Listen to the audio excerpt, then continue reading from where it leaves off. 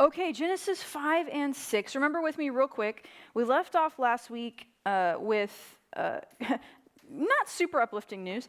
Cain has murdered Abel, right? And then he's kind of fled. And then Adam and Eve have another son named Seth.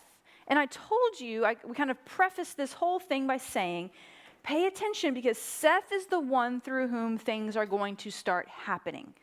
Seth is not the promised child, but he is the chosen child, as it were. He is the select one that will then, his descendants are who we will follow predominantly through the story of the biblical narrative. We're going to get, of course, other people's in there as well, but Seth is the one whose line kind of becomes the one that we follow. And then we get this strange, not strange, but kind of seemingly out of the blue line at the end of chapter 4 that says, at that time, people began to call on the name of the Lord.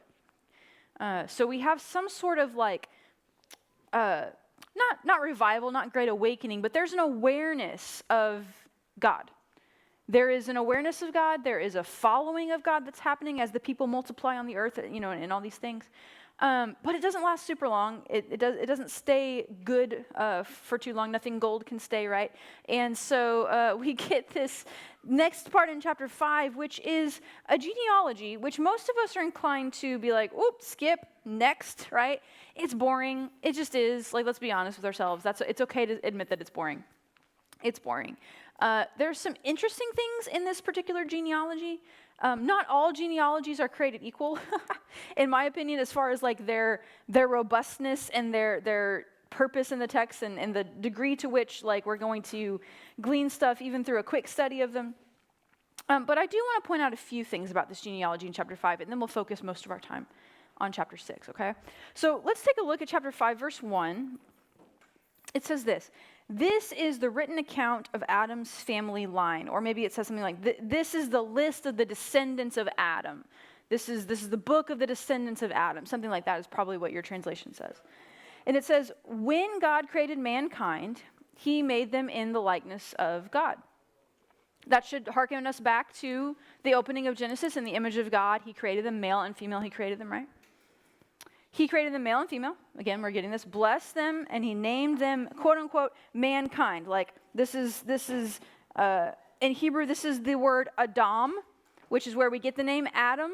Okay, so it's the same kind of root. So he names them collectively mankind when they were created. This is kind of pointing us back and saying, hey, remember with me those several earlier chapters from several decades ago at this point.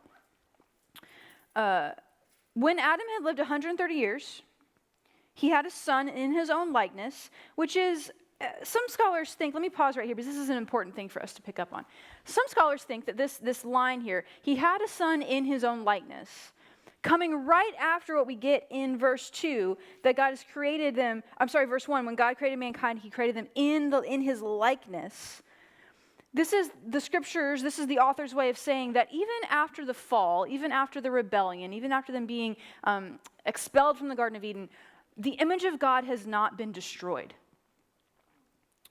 That humans still bear something about God within us that God has given to us. It doesn't mean we are divine. It doesn't mean that we have special powers or anything. But there is something unique about humans over and against the rest of the created order. And that was not lost in its entirety. That was not marred in its entirety at the fall or the rebellion, depending on what you want to call it. That's some biblical scholars' way of interpreting this, that the text tells us that he has a son in his own likeness. And Adam was made, what? In the likeness, in the image of God. So just kind of food for thought. He named him Seth. Again, this is retelling us a little bit about what we learned last week. After Seth was born, Adam lived 800 years and then had other sons and daughters. Altogether, Adam lived a total of 930 years, then he died. When Seth, and remember, we're going to follow Seth's line. We're not getting at this point the other children of Adam and Eve. We're not getting Cain's line here. We're not getting these other sons and daughters that were just mentioned. We're getting Seth's line, right? So we get Seth, then we get Enosh, then we get kind of a little bit more. These all follow the same pattern. You'll notice with me that you get kind of the first person, they lived X years, had a son, and then they lived X years, and then their total years, and then they died. That's kind of the formula we have. This passage, again, seems really dry. It seems kind of boring. It's just names that we don't know about people we don't know much about. However, there are a few things happening in the Hebrew here that I want to point out to us. The term Adam or the man, which is, if it's in the Hebrew, if it has the definite article, so the Adam, which in Hebrew is ha-Adam, it's the man. If it's just Adam, if it doesn't have the definite article, it's Adam, the proper name. So between those two, Adam and the man, occurs 14 times in this chapter, which is a nice Bible number. Okay, we like iterations of 7s and 3s, right? It's just great. And the biblical authors are writing almost kind of in this rhythm, like this is using this to kind of tell their story. We get the same thing in the opening of Matthew.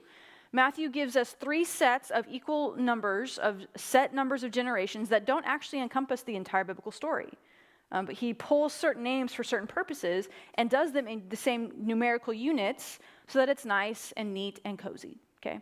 So we get Adam or the man 14 times. We get God mentioned 14 times, okay? So this is set, this is written with a purpose. This is not just like, oh, and then that person, and then that person. Oh yeah, that. Like this is written intentionally and kind of following a pattern. Okay, so we get God 14 times. We get the language of make or create 7 times, which again, very Bible number, 7 days of creation, all 7 days in a week, all these things, right? We get the Lord 6 times, and it's kind of given to us in various parts throughout this passage. We get sons 12 times, daughters 12 times, and then lastly, we get this idea of to bear or to father 30 times, okay? Why do I tell you that? I'm not super big on like numbers in the Bible, but I tell you that so that when we look at chapter 5, yes, it's kind of stale, it feels kind of, but it wasn't to the people. This was their heritage. This was who they were. And the authors write it somewhat poetically here, okay? There's an order to what they're doing. So we get a few other names going kind of down. There's 2 that really stick out in this passage. The first one is Enoch. Okay, we've already had one person named Enoch. This is a different Enoch. Chapter 5, starting in, he's mentioned, he's born up in verse 18, right? So Enoch, we have all these people. And then 21, when Enoch had lived 65 years, he became the father of Methuselah. These are the 2 ones that we kind of remember more than the others maybe. After he became the father of Methuselah, Enoch walked faithfully with God 300 years and had other sons and daughters. Altogether, Enoch lived a total of 365 years. Enoch walked faithfully with God, then he was no more because God took him away. Interesting things happening here. A few things to note.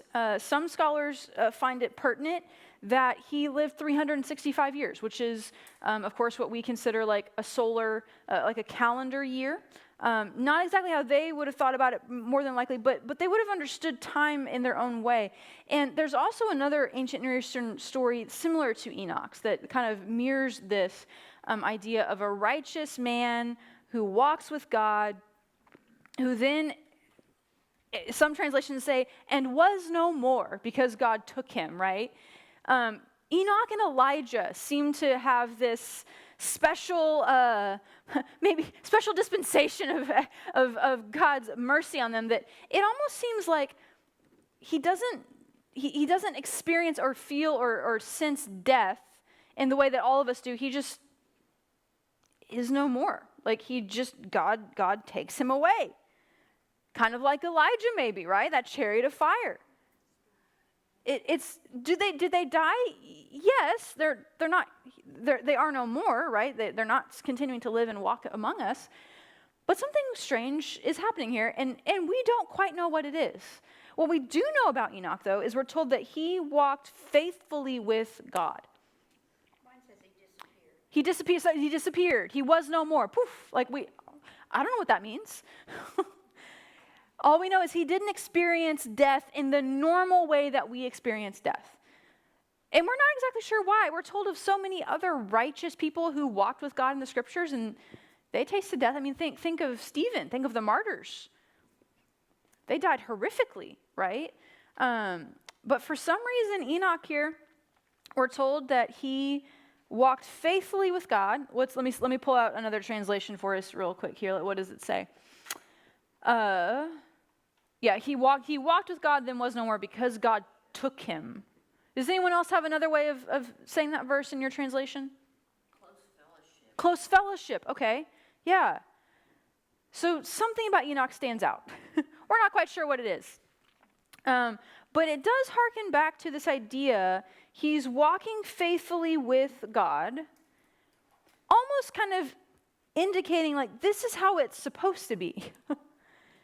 This is how it's meant to be. This is the intention. This is the purpose of creation, especially of humans, again, who bear God's image. And Enoch is doing it. So it's not unachievable. It's not doable. Enoch kind of stands as this almost it seems in judgment, and he's juxtaposed against everyone else around him as we continue to go down the list, and things get worse and worse as we get into chapter 6. Enoch stands as kind of this judge, almost saying, it's possible. It's possible. Sometimes in life we don't really like the people who tell us who demonstrate to us that it is possible to do something hard, because we want to have excuses, right?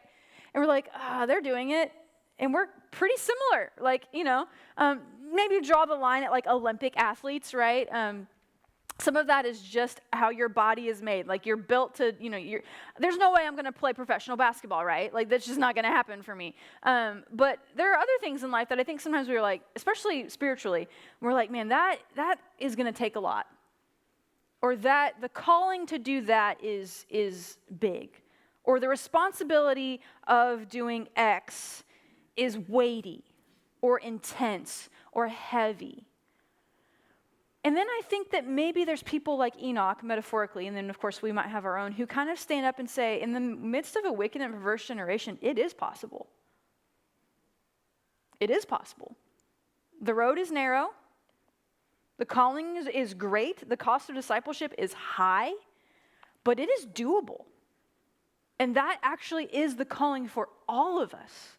Not just for the select few who are like on staff at churches or have maybe what we perceive to be more time in their day or whatever, or who have some specific type of education. No, it's the calling for all of us in our own way, right where we are, to be a disciple, to walk faithfully with God, right? It's not as if Enoch we're not told that he has some special gifting. He doesn't seem to have some special outpouring of the Spirit that no one around him does. He just walks faithfully with God, right?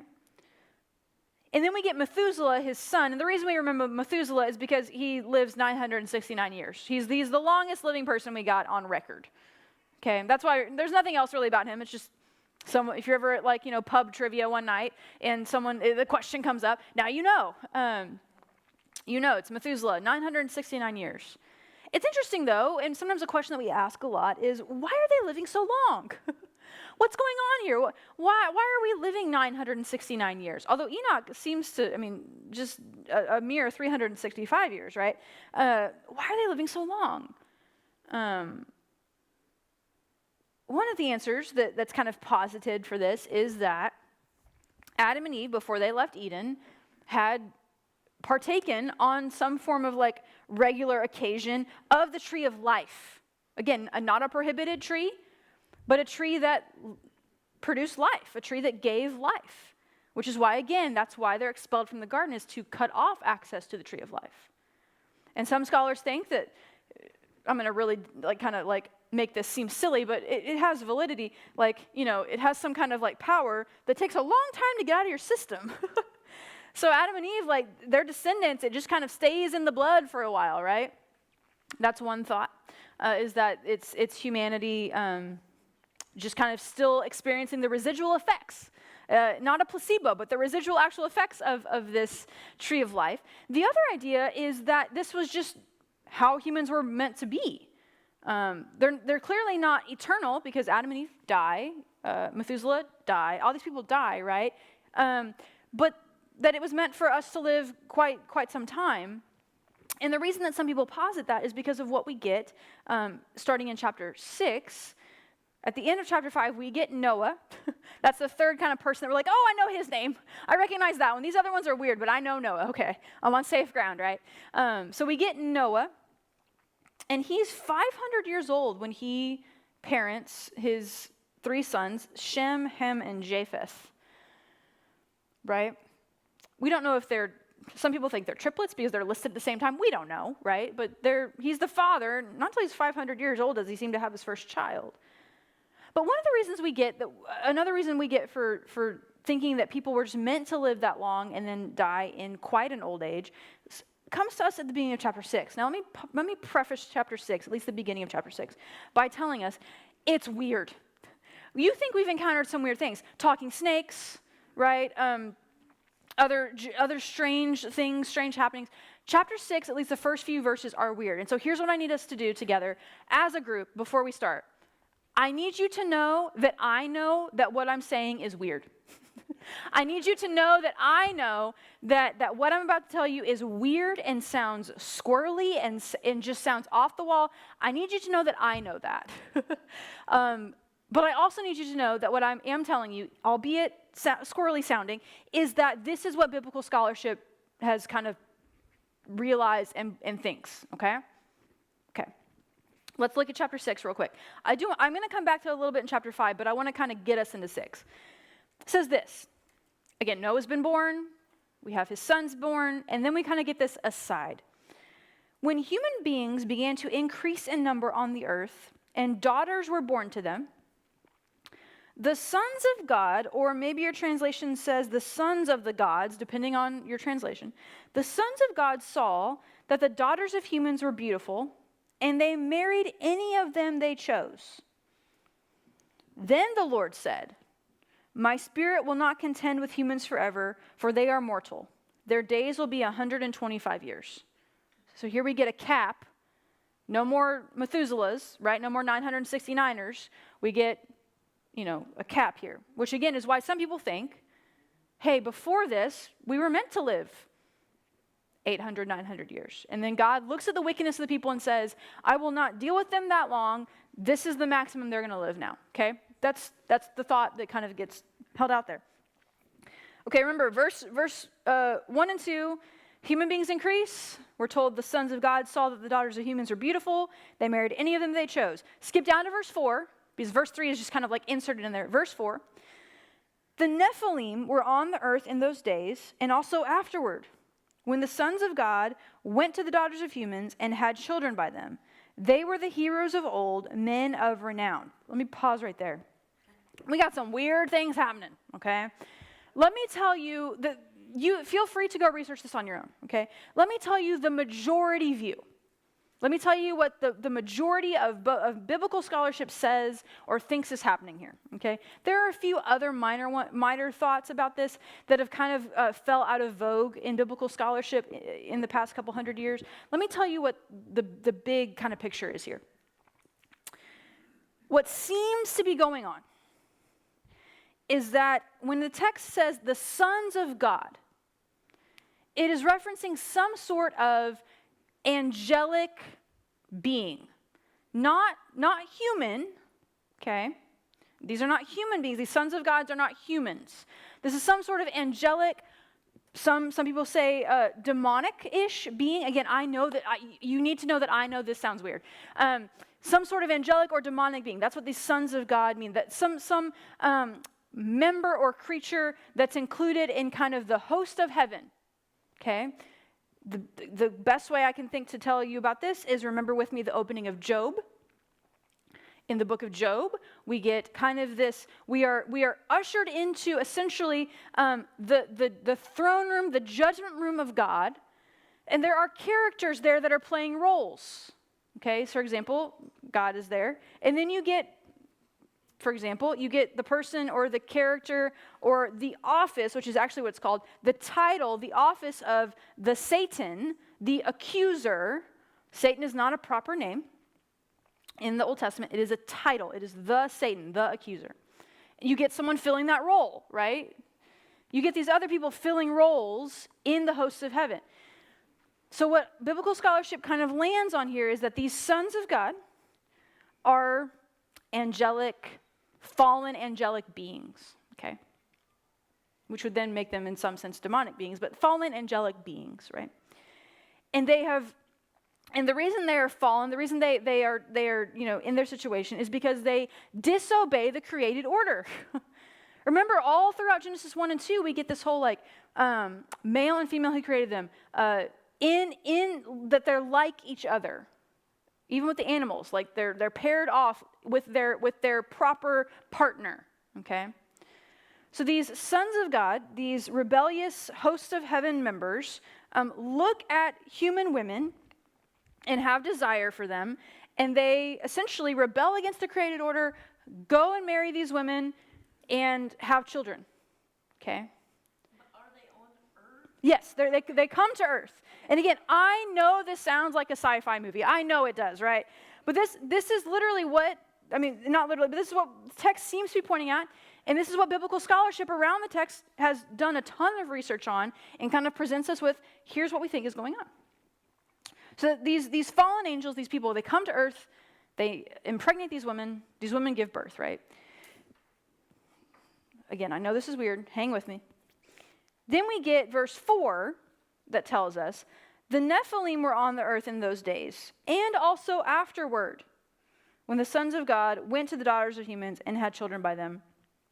They were the heroes of old, men of renown. So we have some people that say the Nephilim, these giants, these men of renown, are the offspring of this kind of unnatural union between these sons of God and the daughters of men, human women. Some people say that that's what it is. Some people say, no, it's two completely different. You have the offspring of the sons of God and the women, and the Nephilim are different beings or different people altogether. They're just simply really powerful, strong, large human beings, okay? You can kind of take that whichever way you want. I will say the Nephilim are mentioned again in Numbers 13. In Numbers 13, let's look at that real quick. Numbers 13.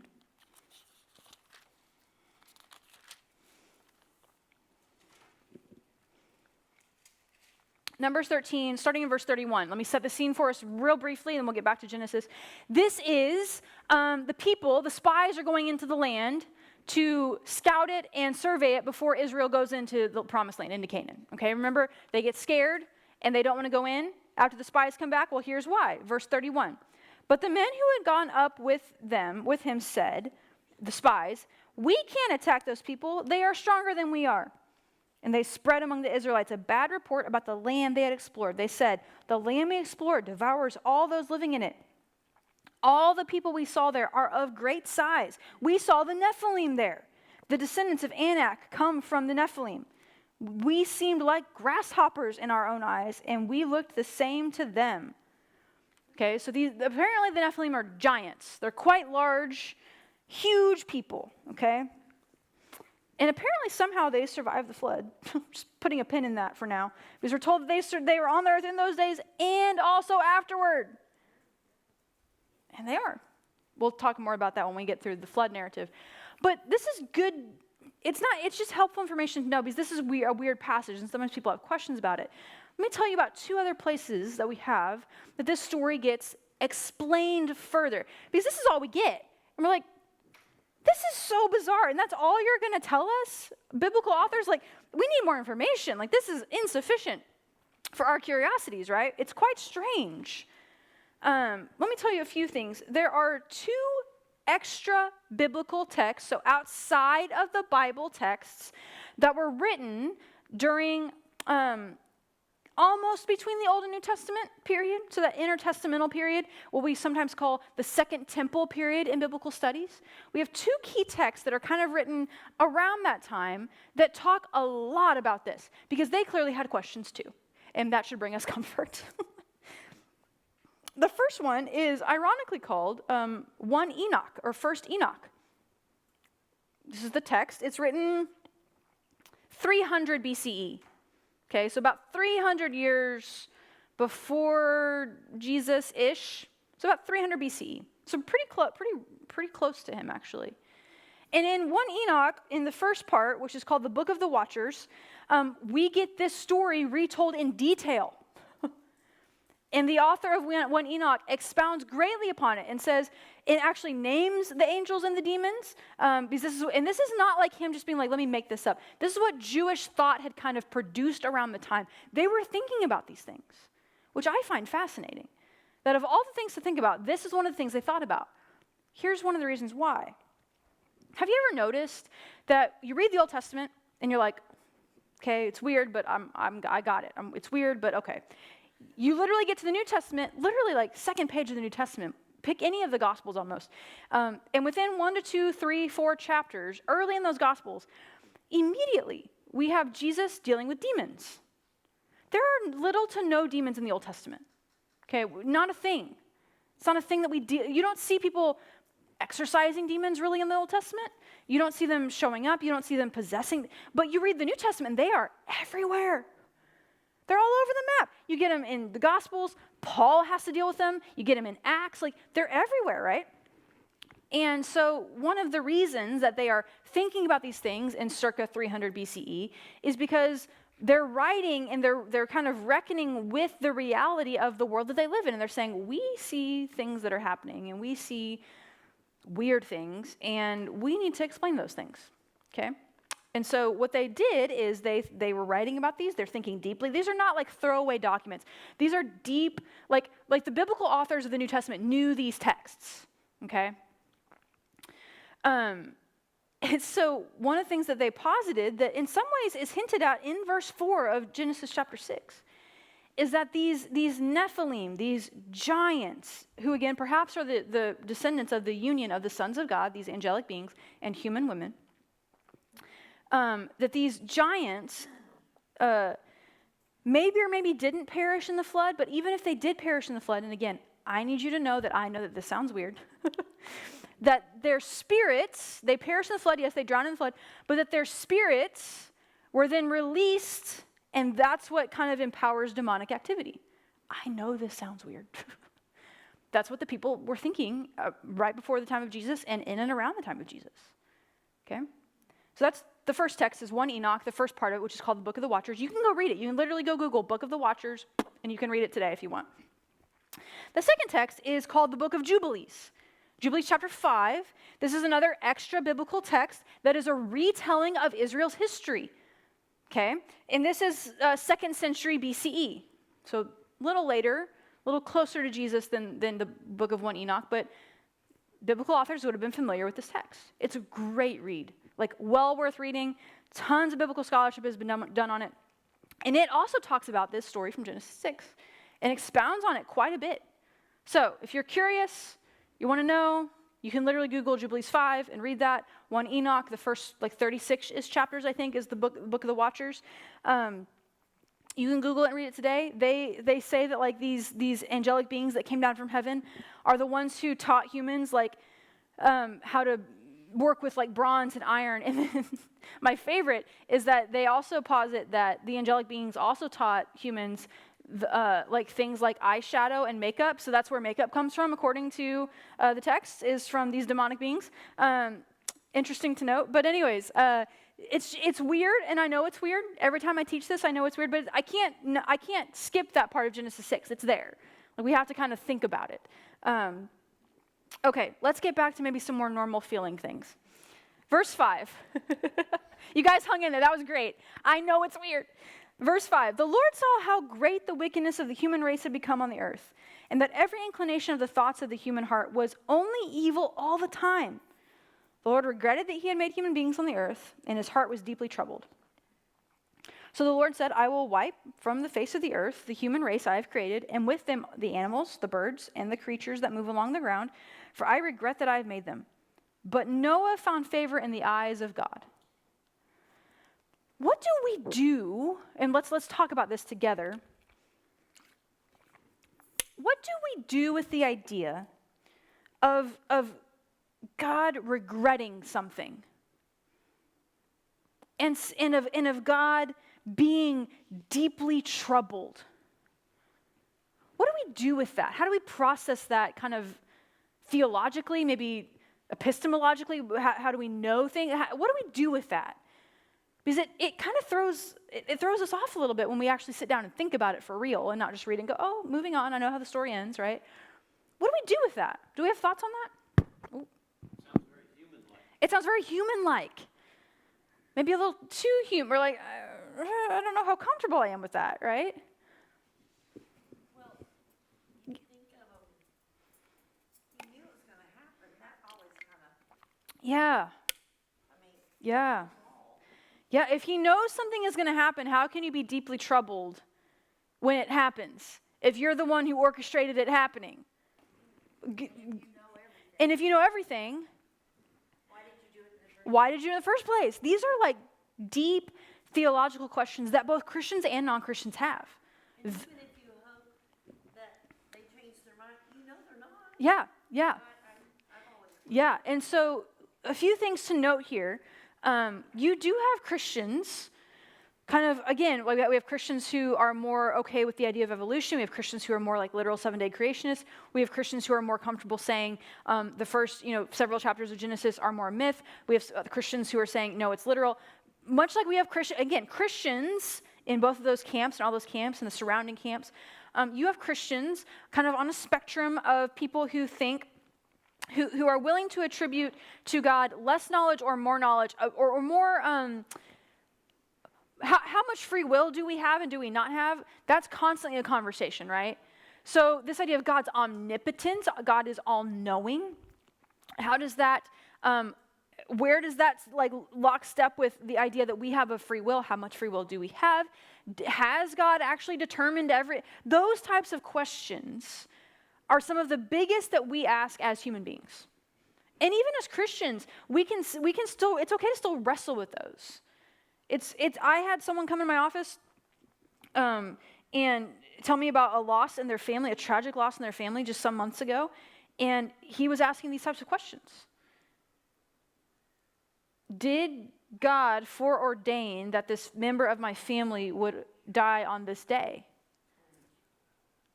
Did God cause the events that caused this person's death? How in control is God, and what is those types of questions, right? That we're all just like, this is where the rubber meets the road for many of us. And especially when you realize that the language here of God changing his mind, it's the same language as the word repentance. Because that's what repentance is. When we turn and do the opposite of what you change your way, you change your mind and do something else. This is the language that's at play here in the text. These are deep questions that unfortunately I do not have all the answers for, but what I can tell you is it is okay to wrestle with them, and it is okay to ask questions, and it is okay to say, I don't know right now. Totally fine. I have a long list of things I'm going to ask him. Yeah, just add it to the list of things to ask the Lord, right? Yeah. We get his ways are not our ways, his thoughts are not our thoughts. But we also get verses that tell us God does not change. Yes. But he apparently he regretted, which implies the necessity of change. And then we get the story later in Genesis, which we'll get to, later on, where God's going to destroy the cities, and Abraham goes, if there's 10 righteous people, if there's, whatever. And God's like, okay, I'll reason with you here. Right? So we get some interesting, like, he's painted anthropomorphically is the fancy word, but human-like here. He looks out at the world, and what are we told? What are we told is the cause of this? We're told that it is wicked, and that the hearts of human are evil all the time. We're going to get this language of the earth is filled with violence later on in the story, right? Things are not going well.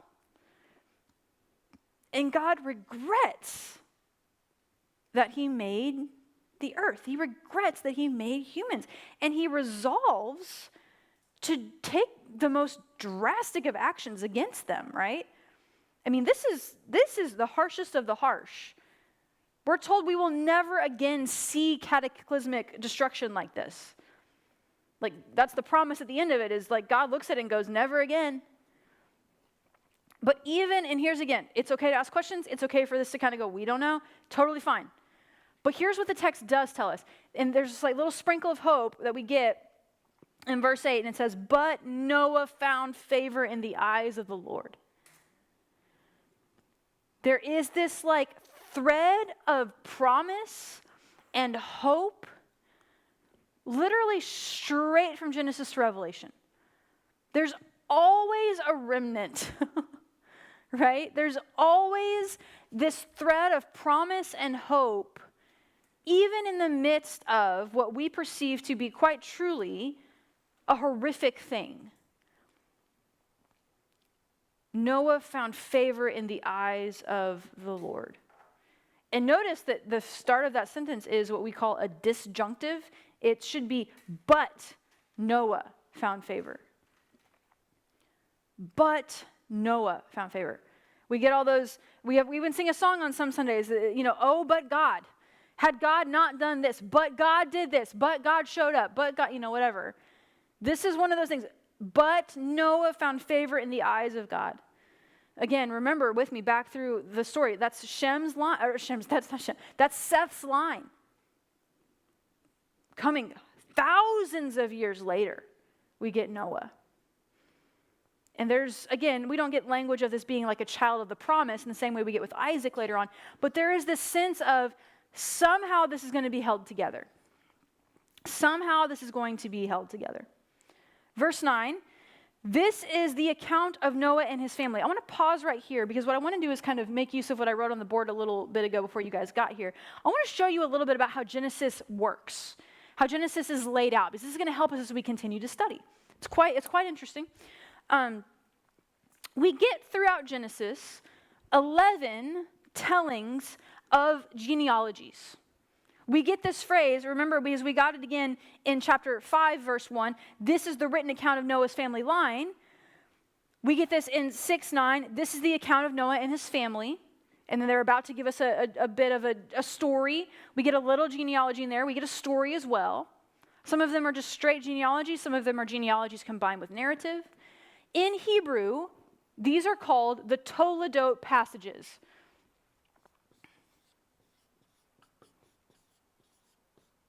Or you could technically put an H there, but the Toledot passages. This just means, the Toledot means these are the generations of.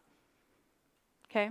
And in the book of Genesis, as we read through it, as we study it this semester together, this word, Toledot in Hebrew, or where it says these are the generations of, or this is the family of, or this is the book of the genealogy of, it signals to us that a new movement, a new act is beginning in the story. So for example, these are all the places, the first verses here are kind of the kickoff of that, where you're going to see that language of these are the generations of, this is the book of, this is the family of, right? These are the children of. And then the remaining verses is how that gets played out in the story of those people, or the main person or persons in that story.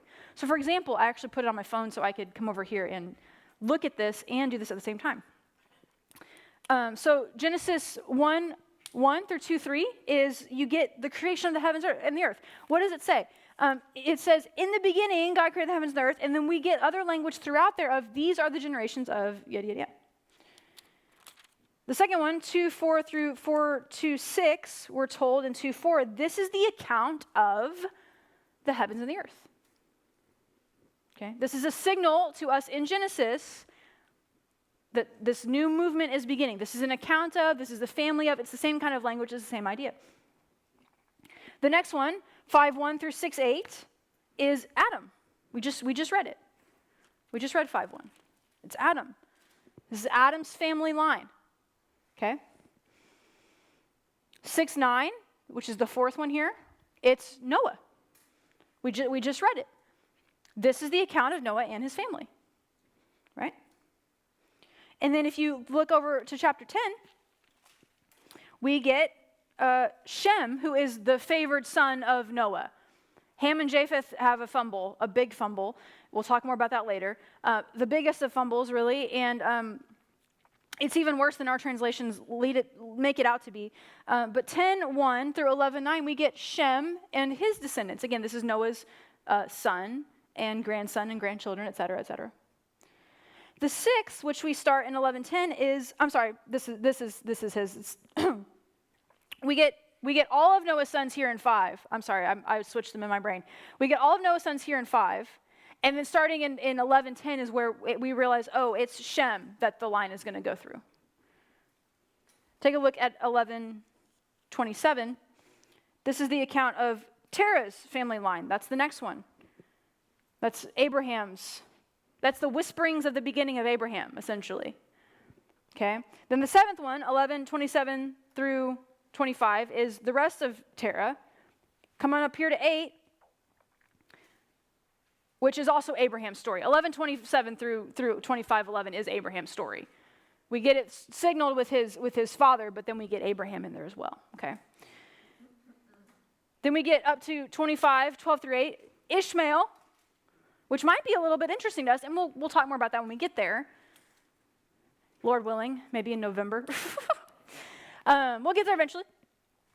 Then the next one, number 9, is Jacob's. It's Isaac and Jacob essentially kind of smushed together in one. But that's a lot. That's 10 chapters almost, right? That's 10 chapters-ish of story. Again, these kind of set off the next section of narrative, right? Number 10 is we get Esau, who is the father of the Edomites. So even Esau isn't forgotten in the story, right? And then the last one, 37:2 through the end of the book, is Jacob, which encompasses Joseph's story as well. These passages here are a way of understanding what the authors of Genesis are doing, which is, one, they're telling a story. It is a story. But they're doing it through families, which again, like we get in chapter 6. But Noah found favor in the eyes of God. It demonstrates to us, as readers of the text, God's faithfulness through all of these generations, through all of these stories. It indicates to us that God does not abandon his people, because even by the time we get to chapter 50, we're going to go, I don't even know how we made it here today. There is so much. There's so much that happens in these chapters. But God continues to be with his people. God continues to be present with his creation. God continues to demonstrate what we're going to talk about being covenant faithfulness, which, speaking of, chapter 6 is where we get the first mention of covenant in the Bible. Take a look. Verse 9, part B, Noah was a righteous man, blameless among the people of his time, and he walked faithfully with God, much like Enoch, right? Noah had 3 sons, Shem, Ham, and Japheth. Now the earth was corrupt in God's sight and was full of violence. And all God's people said amen. God saw how corrupt the earth had become, for all the people on earth had corrupted their ways. So God said to Noah, I'm going to put an end to all people, for the earth is filled with violence because of them. I am surely going to destroy both them and the earth. So, and again, God's mercy, it usually comes in conjunctions or disjunctions or asides. So, make yourself an ark of cypress wood. Make in it rooms and coat them with pitch inside and out. This is how you are to build it. And here we get a little boring, but hang with me. The ark is to be 300 cubits long, 50 cubits wide, 30 cubits high. Make a roof for it, leaving below the roof an opening 1 cubit high all around. Put a door on the side of the ark and make lower, middle, and upper decks. I am going to bring floodwaters on the earth to destroy all life under the heavens. Every creature that has breath of life in it. Everything on the earth will perish. But I will establish my covenant with you, not only with you, and you will enter the ark, you and your sons and your wife and your sons' wives with you. You are to bring into the ark 2 of all living creatures, male and female, to keep them alive with you. 2 of every kind of bird, of every kind of animal, and of every kind of creature that moves on the ground will come to you to be kept alive. And I'm sure at that point Noah said, whew, thank goodness they're coming to me, because I'm not going to be able to catch them all. He says, you are to take every kind of food that is to be eaten and store it away as food for you and them. Noah did everything just as God commanded him. This is the first mention of the term covenant in the Bible. Now, depending on what denomination you're in and depending on what kind of tradition you are and how you want to read the text, there are a lot of Christians who look at the idea that God had a covenant in Eden. He had an initial covenant with creation. So yes, this is the first time we get the term covenant, but the idea of a covenant, the idea of God making promises and having a relationship with people prior to Noah did exist. And again, that kind of depends on who you talk to, what tradition you're from, those types of things. But this is the first time we get the word covenant actually mentioned in the text. And God tells Noah that he is going to make a covenant with him and with his family. This extension of the covenant protection of the ark almost extends to his wife, his sons, and their wives. Let me look at how, I don't remember how this one translates. Let me look real quick. Yeah. God says, verse 18, I will establish my covenant with you and your sons, and et cetera, et cetera. The story of the flood, which we're going to actually get into next week, the actual events of the flood itself, the story of the flood is quite troubling. It's quite troubling. It always amazes me that it is the go-to depiction to paint on nurseries and down the hall of our children's wings, which we have here. It always amazes me a little bit. And maybe it's not. Maybe it's just creation. I just see animals and I automatically think ark. So maybe it's not what it is.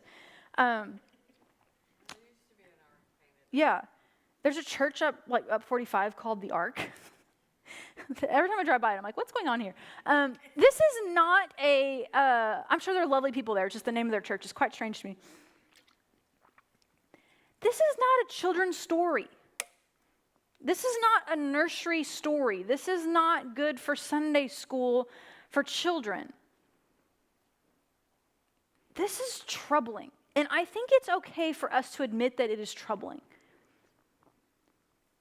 And if I have a little bit of issue with people who are real comfortable with it. And they're like, well, they're wicked and God killed them. What?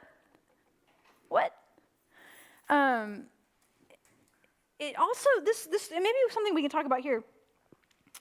This story to me demonstrates in maybe just the most harshest of ways that our actions, our decisions, our sin, our rebellion, our violence, our proclivity towards even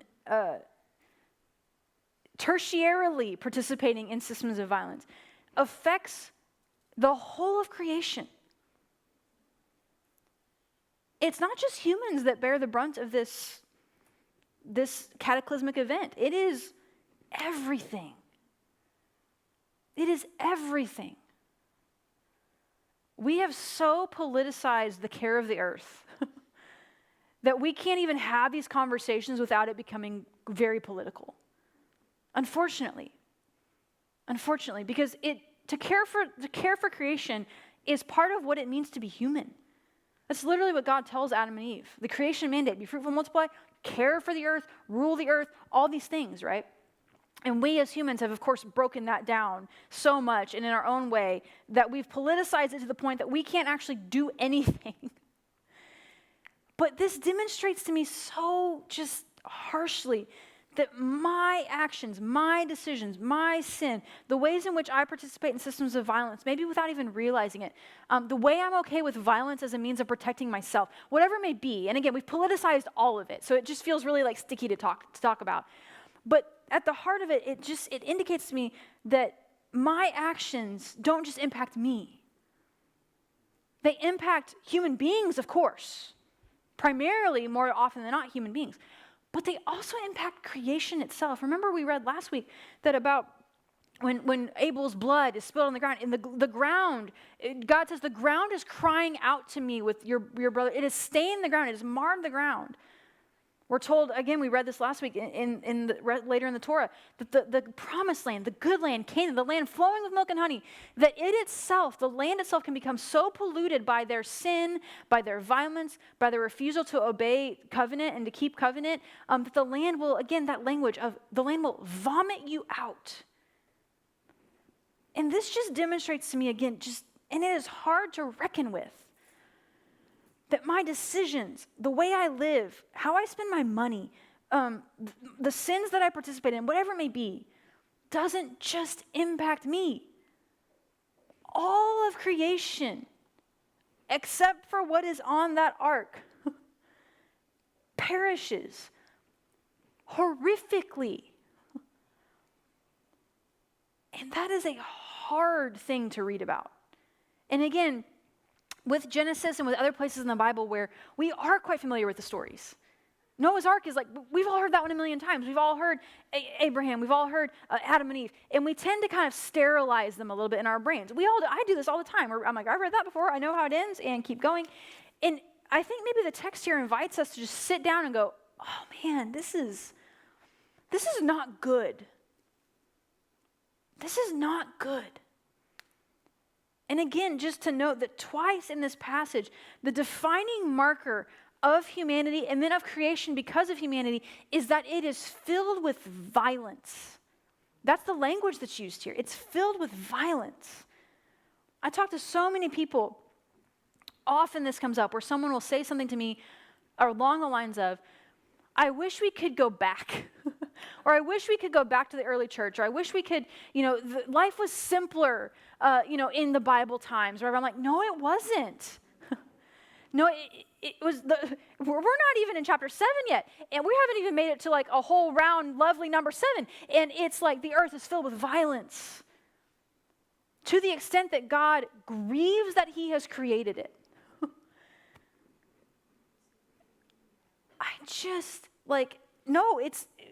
Ecclesiastes tells us there's nothing new under the sun. The hearts of men the hearts of humans are bent towards violence in a lot of ways, bent towards disobedience, bent towards rebellion against God. And we see, again, we're not even at chapter 7 yet. And it's just like, what do we do with this? So let me ask y'all, what do we do with this? How do you guys process some of this story that is quite intense? Do we have thoughts about this?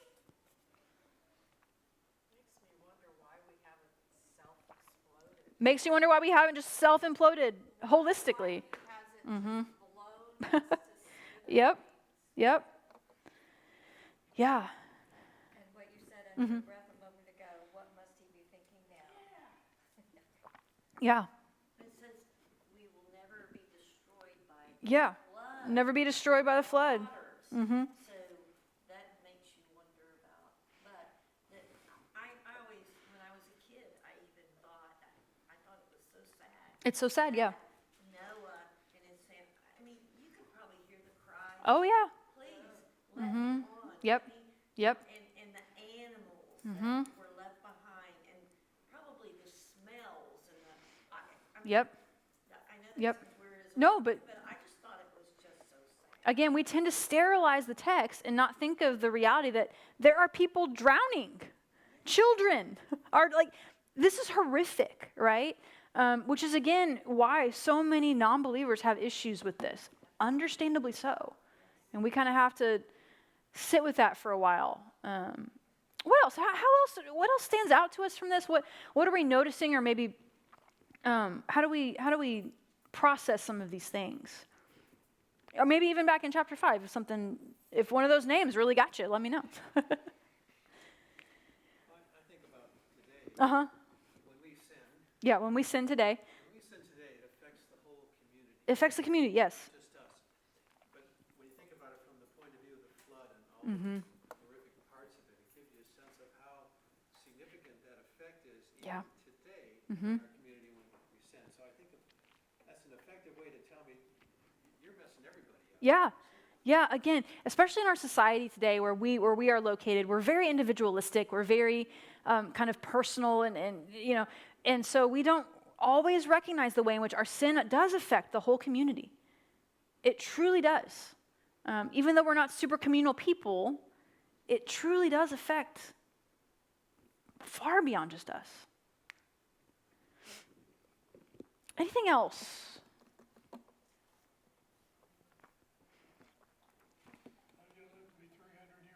Yeah, how do you live to be 300 years old? I still don't have the answer to that one. Yeah, something, yeah.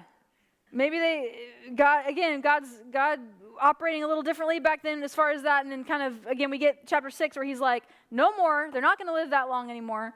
125 years. He kind of puts the limit there. So, yeah, good question, but one of the mysteries that we get as we read Genesis. So what's the answer you give people? There we go. Right. Sorry. For people, Spot. for people living, Well, for those who come to you and say, this, yeah. all this killing, what do you Yeah. Sometimes it depends. Part of it depends on where they are in that question. Are they a Christian? Are they not? That definitely plays a role in it. I tend to explain to them, kind of like what we talked about here, and I know this makes some people uncomfortable, but I do at least make them aware that you can be a Christian and read the first 11 chapters of Genesis either literally or as kind of like this big capital M, capital T, true myth story, right? So there are Christians who don't read the flood as literal, okay? There are. And again, you are free to decide where you want to fall in that. We don't need to argue about it. We don't need to, there are Christians on both sides of that, okay? And I always, when I teach, I want to make you aware that there are other Christian perspectives out there. There are other camps within our own belief system, within our own religion, that we, of course, believe is true. That there are some different ways to read these texts from faithful Christians. I don't throw out, I'm not going to tell you, here's how, these atheists read the text. No, I'm going to tell you how Christians read the text. It is important to know what they think sometimes, but here's what Christians, so that is kind of a starting point. I'm like, one of the things I tell them is, you're a good company for asking these questions. These are good questions. 2, I kind of tell them, there are ways that Christians have read these texts for millennia. Some have read it quite literally, some have not. I also point out that almost every other ancient Near Eastern culture at the time has a flood narrative, a flood story of their own. So the Bible is not unique in the sense that it's telling a flood story. It's unique in how it tells it. It's unique in the way it depicts God in that. And again, we believe this is the one true God, of course. But other ancient Eastern cultures have, like we talked about, they have their own creation story. Many also have a flood narrative as part of their way of telling their version of what they think is right and true, right? We don't think it is, but they do. So I kind of, especially if they're an atheist, or especially agnostic, especially if they're not in the religious pool at all, really, that is where I actually start. I don't try to reason with them about, well, God's all powerful so he can do what he wants. That just doesn't sit well typically. Once you're in those conversations, maybe we can kind of go there, but especially if they're not a believer, I start way far back. I don't even start really talking about the character of God yet. I'm just like, here's the text that we're dealing with. Here's the story or the stories we're dealing with. And here are some ways to approach them. Because if I scare them off in that first conversation by saying well, God can do what God wants, and God created it all, so it's his anyway, and we're all sinners anyway. If you start there, there's not wisdom in that. Is getting there maybe possibly ultimately where you want to go and true for how you want to talk to them? Maybe, yeah. I think there's better ways to word some of that, but I was being hyperbolic. But there doesn't seem to be much wisdom oftentimes, at least in my experience, and when I talk to the people who have these conversations with people, there doesn't seem to be a lot of wisdom in just rah, towing the party line all the way through, and just if you don't believe that's on you. And it seems to be better to enter in the conversation and go, here's kind of the world that we're entering into, and that's okay. Oh, thanks. Yeah. Okay, I know you got to go. We're right at time. But that seems to be a better way than immediately jumping in and saying, well, as creator, God owns all things, right? Or however you want to navigate that. I think that's a better way.